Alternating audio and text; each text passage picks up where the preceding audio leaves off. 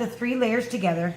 We take all of them and we have our clear thread, we have our orange bobbin on the bottom like we said, and we're ready to go. If you don't know how to properly thread a machine, just refer to a YouTube video that corresponds with the brand that you have.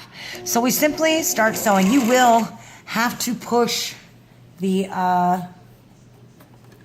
hold on here, let me adjust. You will have to get it going because that's a lot of layers at first. Right here, you can adjust the width, how long your stitch is. We're trying to get this bias tape as close to that beadwork as possible. We don't want any gaps. So you might have to press it up against that beadwork just to make sure. Getting the needle as close to that line of beadwork, but not to where it's in danger of cracking the beads is very important. So position your needle just in that little, inside that row of beadwork and come along slowly. If you go too fast, you might not be holding it the right way, and then you'll have to use your stitch ripper to pull it apart, and we don't want to do that. So take your time, stay very close. You can already see back here that we're getting it right up next to that beadwork. They do have different types of presser foots. They even have one that's like, shows like it's like half of one. I would suggest that so that you can actually see, but we don't have that that type of presser foot with this machine. So we're gonna make do with what we have. We're gonna keep on coming. Take your time. We're gonna come all the way around. Let's go ahead and look to the back. We can see that we're not catching this completely on the back side. We have in some spaces and we are missed spots in other places. So we are going to make sure that we apply a second stitch, but that's after we get this one that's closest to the beadwork done first. This is primarily for the top, to make sure the top is secure. Then we'll go back and move over just a little bit and sew it twice, just to make sure that it's done properly.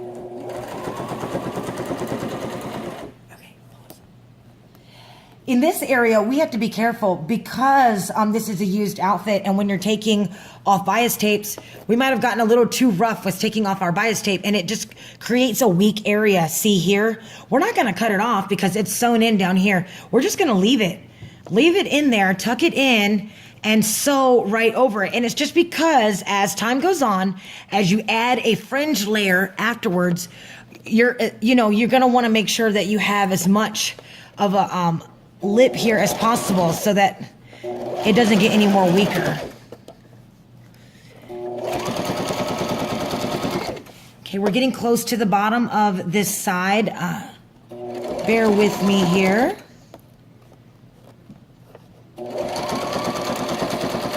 You're going to constantly have to pause in between and keep grasping it around the 3 layers.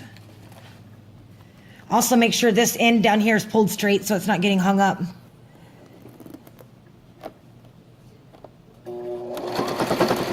We don't want to pull too much because we want that crease. It's a nice crease that bias tape has in the fold. So don't pull it up too much to where this crease is not laying, right with your beadwork. As we've gotten down close to the bottom here, I'm seeing that as we're pulling in this bias tape, there isn't enough room. It's too wide down here. I don't want it to be crisp up here and there to be a gap here. So it's okay to pause, take your scissors, and then just trim off, and don't trim too much, and don't trim the bias tape. I'm not even taking it out because I don't want to take it out. Just trim it a little bit here. And it's just so that the bias tape will actually fit all the way up to the beadwork. Okay. Let's see if that's enough.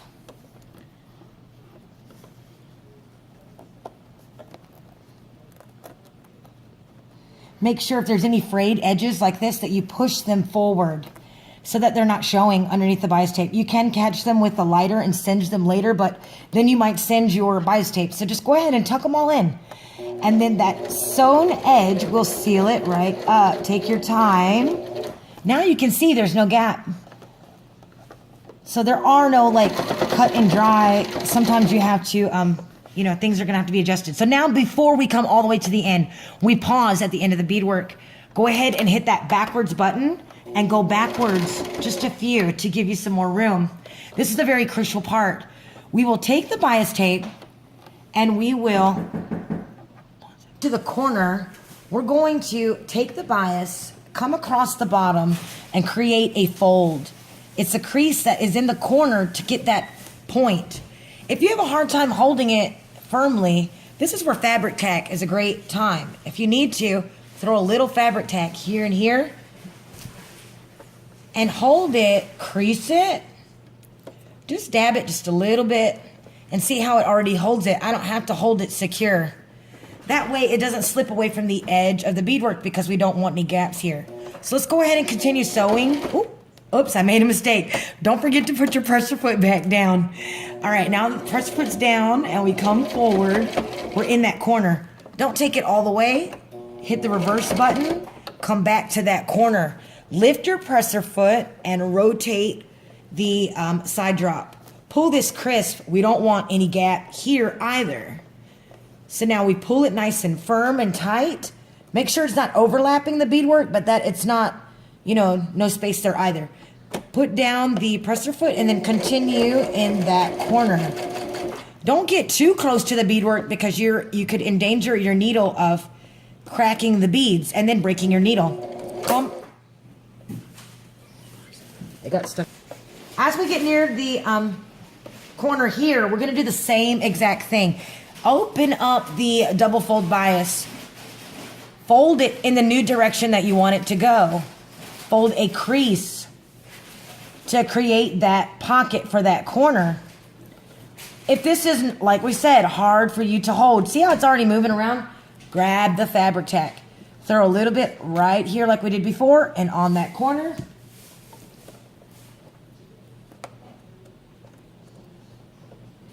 And we come back up to the new direction, fold that crease, creating that little cuff right there.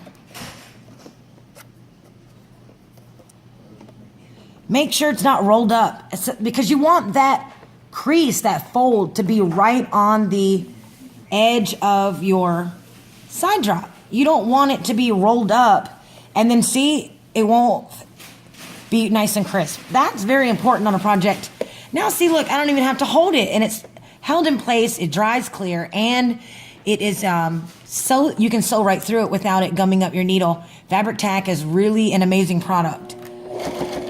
Just a note though, if your nails are polished, fabric tack does take the polish off, so just keep that in mind. Come towards the corner. We're about to catch a fold. We don't want that to be wrinkled there. So make sure that we reposition, lower your presser foot, come slowly to the corner, and let's reverse.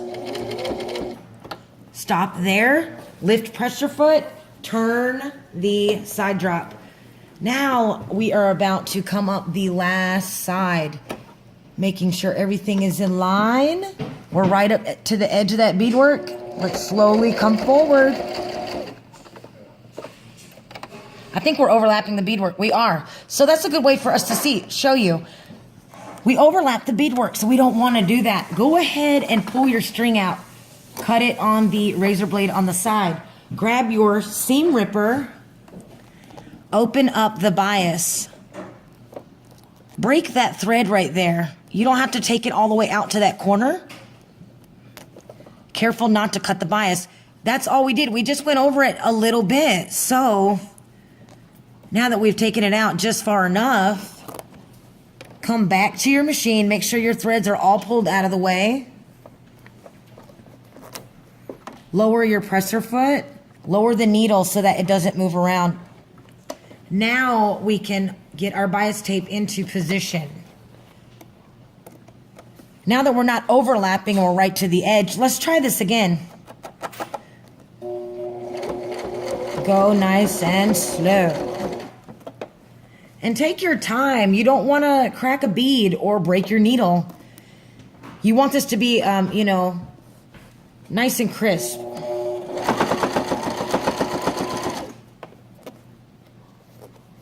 Open, make sure you reposition.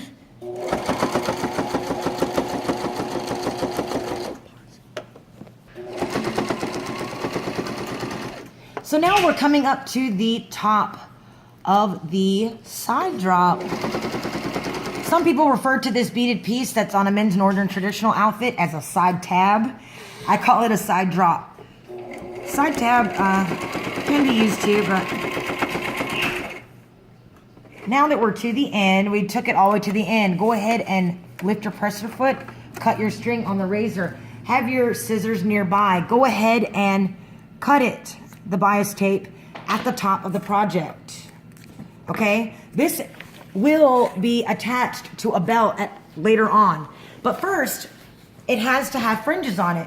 All traditional side drops usually have a layer of fringe. This is the same fringe that we pulled off of the old before we took that purple bias tape off. As you can see, the strings are still there. Go ahead and pull those extra strings off. If your hide is not too dirty and this is still in good shape, you could wash it. You can wash this hide and it will come out real white before you go ahead and reattach it. If you're happy with the color of the hide, it hasn't gotten too dirty, then you can go right ahead and take your fabric tack, run fabric tack across the back, and then attach the hide to it. It's just so that it holds it in place. You're gonna want to have it just where the fringes are showing, not like this. That looks tacky, and it's in danger of it being pulled off. When you're wearing an outfit, it can get caught on different things, and just because you're, walking and dancing and living in your outfit from weekend to weekend, you have to make sure that you've sewn 2 and 3 times sometimes to avoid it coming apart. So this machine, we're gonna change the needle to a universal heavy duty needle. You can purchase this at Walmart. Even though it says it's for a Singer brand, if it says fits all brands, universal, we have to make sure on the back it says for the use of Singer, Brother, Kenmore, and other quality sewing machines. So it's good for a Singer and a Brother. So go ahead and purchase some of these and take out your needle, and I will show you how to do that now. Lower your presser foot. You see this little winding thing?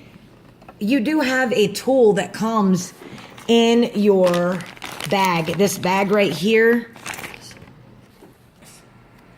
Before we go back to changing the needle, I want to give a shout out to JR Lone Lodge at War Child Society. We love wearing his gear in and out of the arena or at our local powwow. Go ahead and look him up on Facebook and purchase your custom sweatshirt or t-shirt today. He also carries hats and scullies. So we love War Child Society, and we just want to give him a shout out. So actually, I'm going to be honest. In this little cubby right here that you can remove, usually there is a pack, a Ziploc full of extra bobbins, needles, different presser foots, buttonhole guides. There is usually a little tiny screwdriver, a flathead. It's not in here. So, brother, I'm kind of slacked on that one.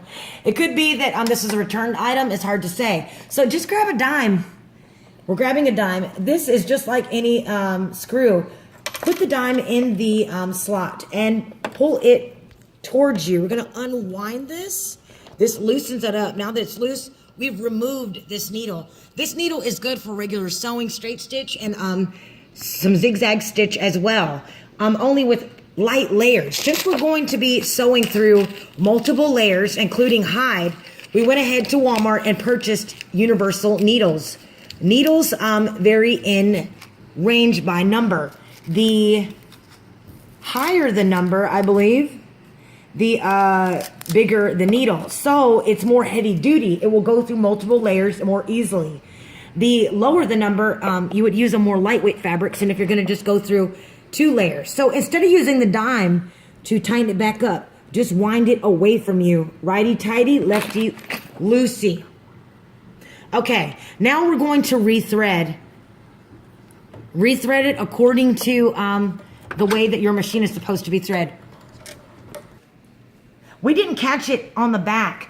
Don't worry about that. If you sew another edge, and then when we sew the hide, that's going to be 3 different rows of sewing. When this needs to be replaced again will be when this hide gets dirty. You don't want to have to take your seam ripper through 3 different rows of stitching. So you're going to catch this layer on this time, at this time when you attach the hide.